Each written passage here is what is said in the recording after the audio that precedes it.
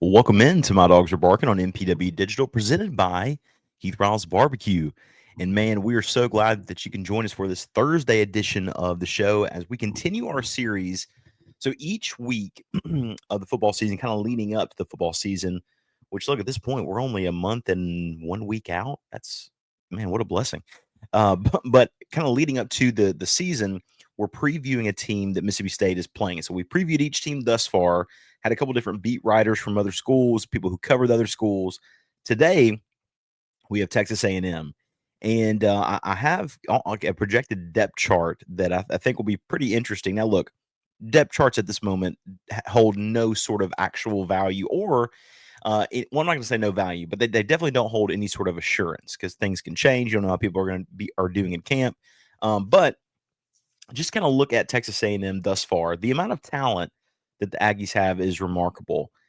Something like 76% of the roster for Texas A&M is either 5 stars or 4 stars. With the recruits they have now and the people who have transferred in, it's an unbelievable amount of talent. Which Texas A&M always has talent, but um, the question really is, can they get it done? And in this episode, we're going to be talking about can they get it done against Mississippi State and kind of the preview of what that game will look like at least where we are here in July. So we'll look at that. Look at kind of where Mississippi State is for the schedule. Man, excited for things to come.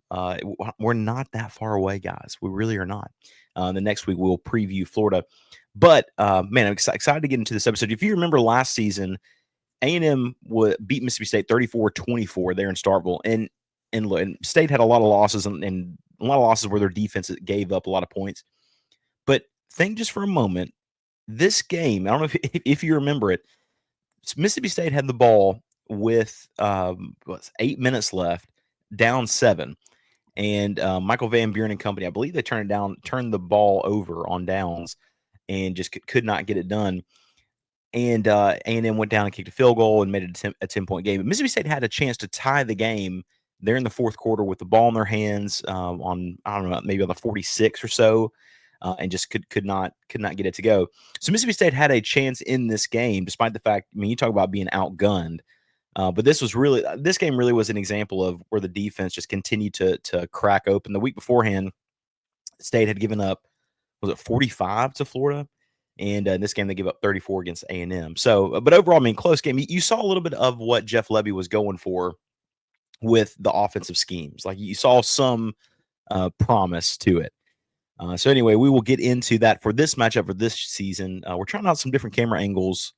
The off season for football is kind of like we're trying different things to see if this works. So we're gonna see how this works today, but we will adjust as we go on. But as always, man, we want to thank our presenting sponsor, Heath Riles Barbecue. Heath Riles is home to award-winning rubs, seasonings, sauces, glazes, marinades, injections, and more.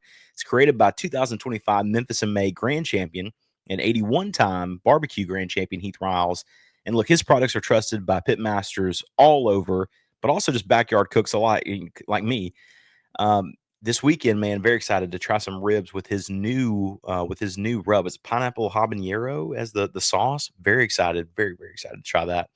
But look, we'll save you 10% off if you go to his website. It's heathrilesbarbecue.com. Select a couple different things. Enter promo code DAWGS10, DAWGS 10 for 10% off there. Also, we want to thank our caffeine sponsor, ARPA's. ARPA's there in the heart of the Cotton District. And man, Jose and his family, they understand great food and drinks are best enjoyed in the company of loved ones and great friends. Their awesome atmosphere creates a great backdrop for laughter, good times, great memories. ARPA's is a great place to go, man. Especially like it's an evening time. You know, sun's starting to go down. You're in the heart of the Cotton District.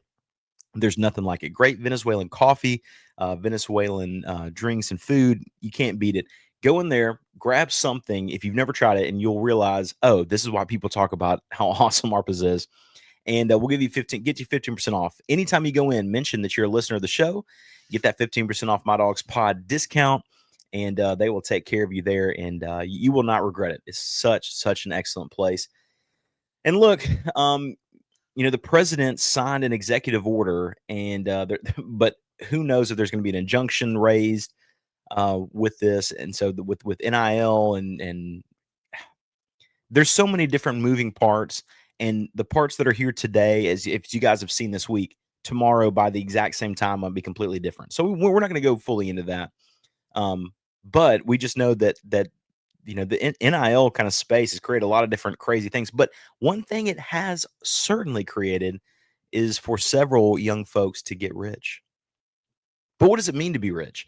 Maybe it's less about reaching a magic number and more about discovering the magic in life. Skip Langley is your Batesville, Mississippi, Edward Jones financial advisor, serving clients in the area and across the state. Count on him for financial strategies that can help you support a life you love. Because the key to being rich is knowing what counts. So contact him today at 662-563-9843. And together, you can find your rich. So the quarterback battle with Connor Wegman is over. Connor I think he ended up transferring to Houston this past offseason. And Marcel Reed takes over as the full-time starter. But also, you might not remember this because it's so easy to get lost, like different players in the portal. Like people who were at one school and you didn't see they transferred late. This is a guy that I remember when he transferred, and then I forgot all about it until I was kind of doing some research for this week. But former UAB quarterback Jacob Zeno transferred from UAB to Texas A&M to back up Marcel Reed. Jacob Zeno is going to play this season at some point, in my humble opinion. Jacob Zeno is a talented guy. UAB does not have very talented skill people around him whatsoever. And I remember that the year before, was it when Trent Dilfer was mentioning that, he's proud of Jacob Zeno for coming back because, he had several $1 million offers to go elsewhere and he turned it down and he's coming back to be a Blazer. And then I guess, I don't know, I guess this year the offers were a little too strong. So good for Jacob, man. But I had forgotten about that, man. Like UAB starting quarterback transferred from there to go be the backup at Texas Texas A&M. But to me, I think he has a great chance to be able to play. Because Marcel Reed, if you remember, think about, we're here on MPW Digital in Mississippi. Marcel Reed was a guy that, if I remember correctly, Lane Kiffin offered and then pulled an offer from at some point. And not to be disrespectful to Marcel Reed, but I think it had something to do with his just with the accuracy.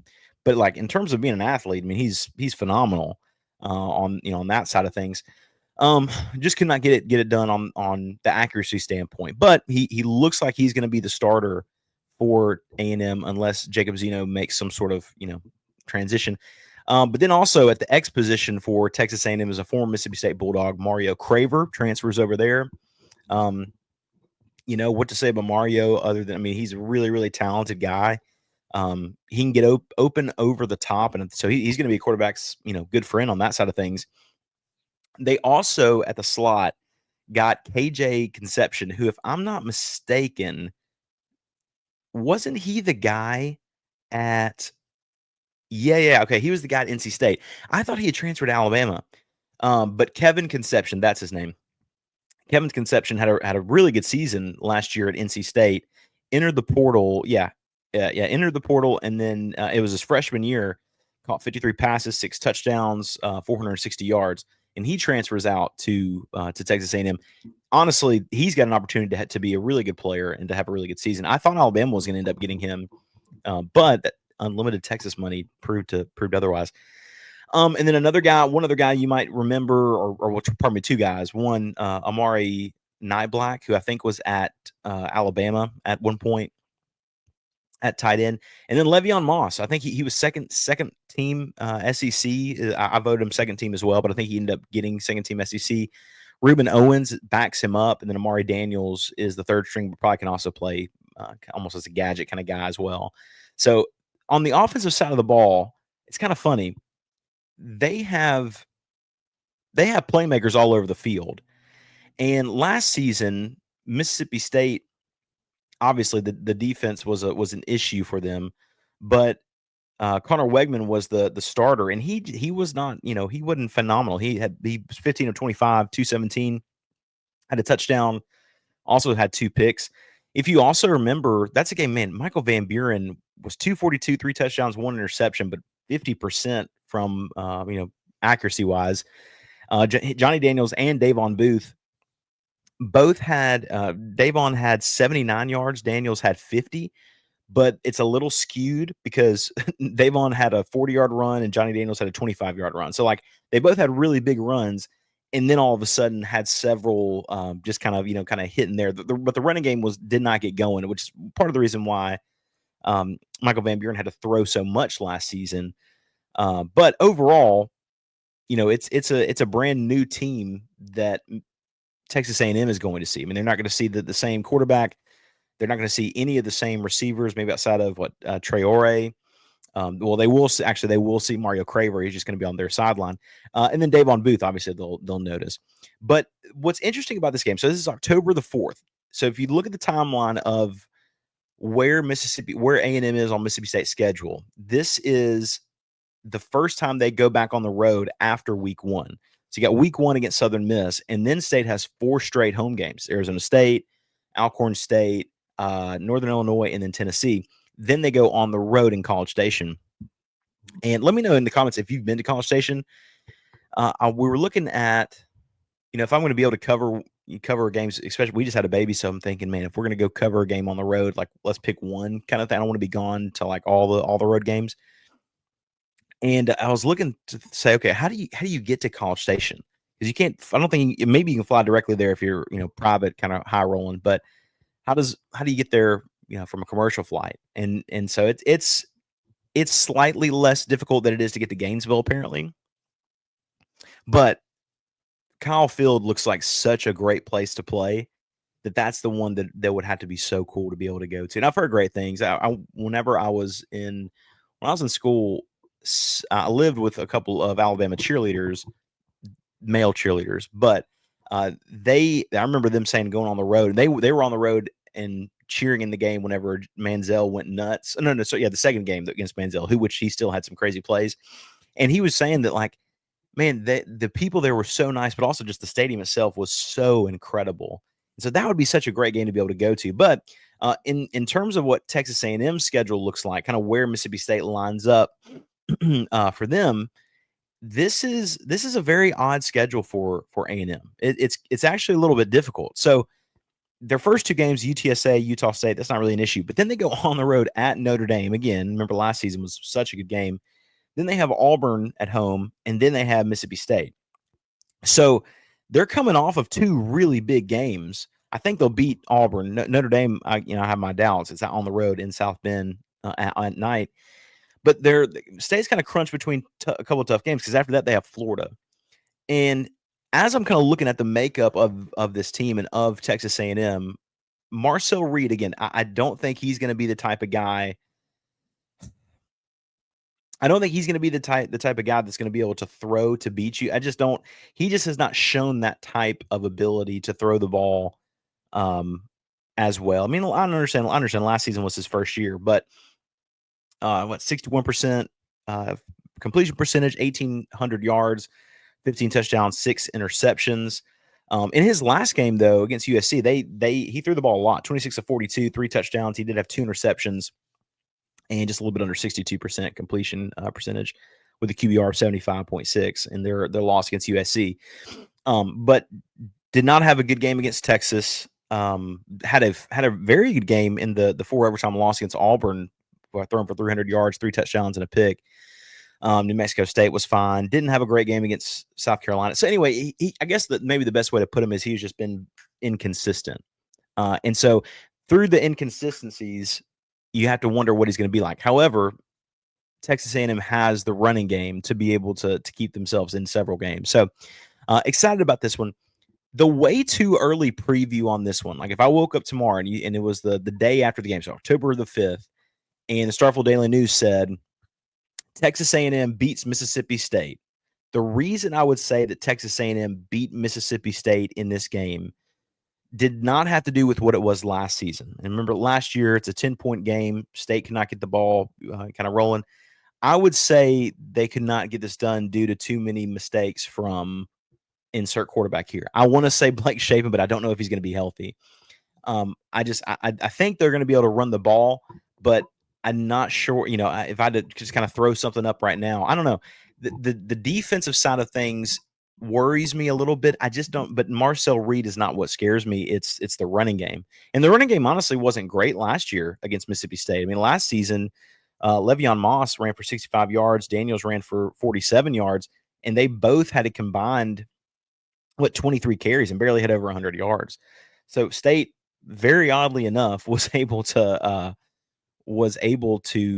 kind of hold the running game in check. I would just say it's just one too many mistakes from Blake Shapen and company, and that's what ends up beating Mississippi State. I just don't see it being a Marcel Reed show, or a Mario Craver, kind of homecoming. But we'll see. We'll see. The flip side of things, if it's October the 5th, and Starkville Daily News says Mississippi State beats Texas A&M, I would say the reason that they ended up beating Texas A&M is because Mississippi State found a way to run the football. I think that's all that was missing last year. Well, that and the defense's ability to line up outside of a three-man front whenever it's in a goal line situation.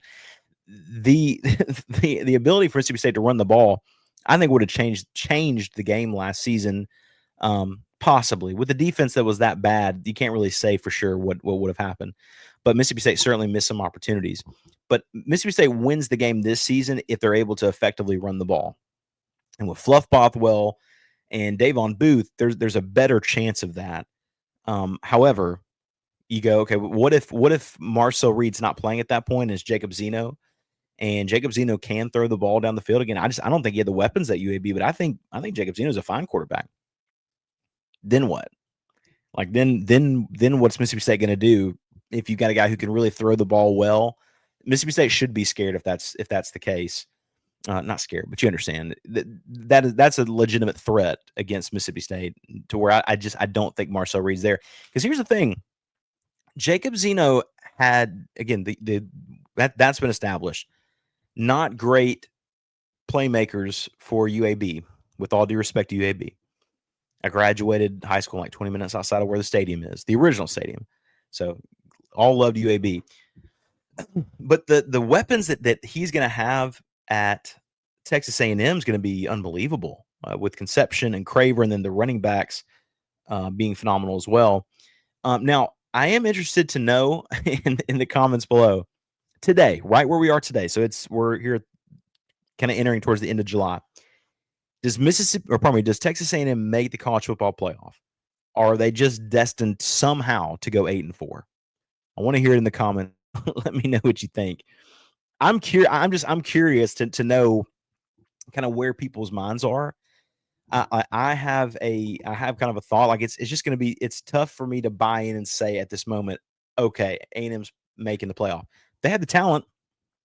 The 4 and 5 stars are overloaded on that team, but can Mike Elko get everything together? And if so, like, man, kudos to them. Between Texas and Texas A&M, the amount of money spent on players is just incredible. So, like as I mentioned, next week we're going over Florida. Very excited about that. We'll have some guests. Really, really pumped. Also, we'll have a new sponsor to introduce. Excited about that. But let me know in the comments, man. What do you think if that game is played tomorrow or played today, and tomorrow the headline, what would it read for Texas A&M beating Mississippi State, or Mississippi State beating Texas A&M? And more than that, going on a limb, don't just say one way or the other. Why would that be? What would the reason be? I'm pretty excited, man. On the 29th, we're going to get the opportunity to interview the assistant coaches from Mississippi State. And as I was looking at the lineup, Coleman Hutzler is first. He's first and foremost on the list of assistant coaches that we're able to interview. So very excited about that. Followed by Cliff Odom, then Anthony Tucker. I won't go down the entire line, but it does end with Phil Lodeholt, which is pretty cool. I'm excited to talk to him. And then MSU begins preseason practices on Thursday, July 31st. But just a couple of those practices will be open, not all of them. So we'll let you know whichever ones are open, the things that we see. What's the situation like with Kamario Taylor? How's he coming along? Who's kind of taking the lead in the wide receiver room? Man, I want to know. And last thing, I asked this question on Twitter yesterday, the day before. When it comes to Mississippi State and the wide receiver room, who will be leading Mississippi State in receiving yards in 2025? Aiden Williams, Jordan Mosley, Brennan Thompson, or other? Several people responded. Hurston says, as an Ole Miss fan, I hope it's Aiden Williams. He has so much talent potential, but for whatever reason, he just couldn't get on the field at Ole Miss, and it shocked everyone. The talent is there. Breakout year, Levy will be able to get the ball to him. Bray said, I think our receiving core might be all even, but I have my eye on Thompson. Very, very interesting.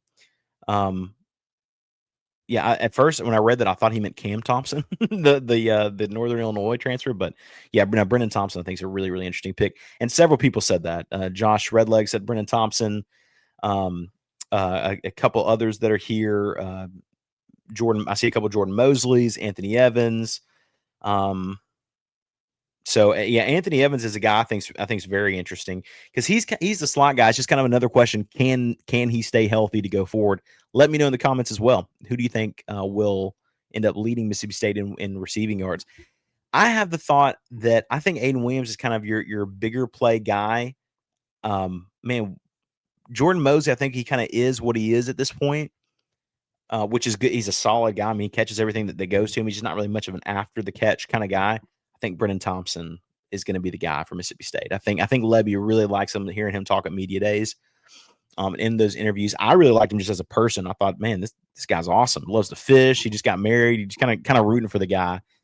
But Levy mentioned he was open a lot last season, and the ball just wasn't able to get to him. Excited to see what he can do. So I think it's going to be Brennan Thompson that leads Mississippi State in receiving yards next season. We'll hear these messages from MPW Digital. Man, thank you guys so much for joining us on My Dogs Pod, presented by Heath Rawls Barbecue. All MPW Digital podcasts are brought to you by our friends at Parish Brewing Company, located in the heart of Cajun country in Broussard, Louisiana. Parish Brewing Company's simple goal is to make awesome craft brewed beer, and they do it remarkably well. The doctor is introducing their new go-to IPA, Dr. Juice. It's a highly crushable juice bomb, dry hopped with a blend of their favorite hand-selected hops from the Yakima Valley in Washington. Dr. Juice's drinkability is sneaky good, considering it clocks in at 6% ABV. The pour glows a rich cantaloupe hue with a thick frosted haze, soft mouthfeel, an aroma and taste that's full of passion fruit, papaya, and blood orange, making it drink like a glass of freshly squeezed juice. They also have Ghost in the Machine. It's a double IPA brewed with obscene quantities of hand-selected Citra hops from Yakima Valley. Expect pungent grapefruit flavors and aromas, tropical fruit, less harsh bitterness than most IPAs. Again, it's Parish Brewing Company. Wherever you get your beer, check out Parish. Make sure that you look for them, because any beer that you get from Parish is going to be absolutely outstanding. Thank you from MPW Digital. We're brought to you by Easy Hemp Company. Easy is a hemp-infused sparkling water. It's a guilt-free alcohol alternative, a natural way to relax and unwind. It's all natural. Made with real fruit, no added sugar, low calories, gluten-free. One 12-ounce can of Easy has 3 milligrams of THC.